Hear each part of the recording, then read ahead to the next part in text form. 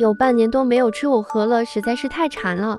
上次做还是过年的时候，那今天就做一个外焦里嫩的炸藕盒。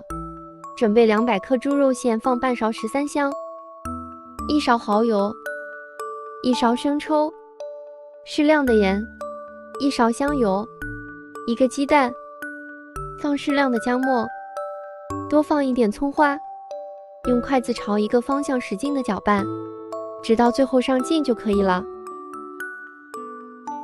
一块莲藕去皮洗干净之后，给它切成片，不要太厚了，也不要太薄了，大概宽2毫米就可以。先拿一块藕片，上边放一点猪肉馅，再拿一个藕片盖在上面，用手轻轻的往下压，让里边的猪肉馅铺得比较匀称。全部做完后放在盘子里备用。然后再来做一个脆浆糊，100克面粉加30克淀粉，6克泡打粉，一点点盐，再放半勺胡椒粉，颠到水边搅拌。水的重量我没有称，完全是凭感觉来的，只要看面糊的状态就可以了。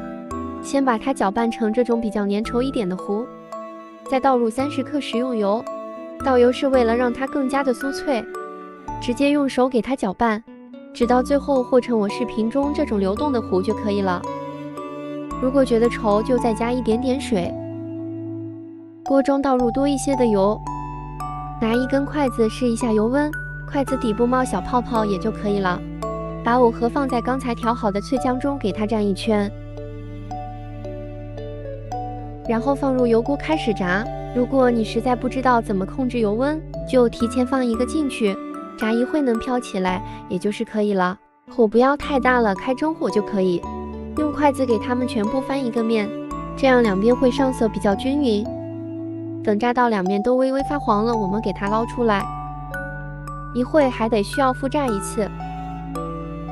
等油温升高后，我们进行第2次复炸。复炸是为了更好的给它上色，炸熟炸透。等炸到全部变黄之后，就可以把它给捞出来了。稍微晾一下再吃，要不会非常的烫。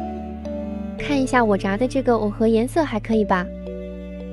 咬一口下去真的是好酥脆啊！这个脆浆的配方我还是从林大厨那学来的，这也简直太好吃了。因为是油炸的，虽然好吃，但是也一定要注意量哦。想吃你也赶紧试试吧，我有美食与你不可辜负。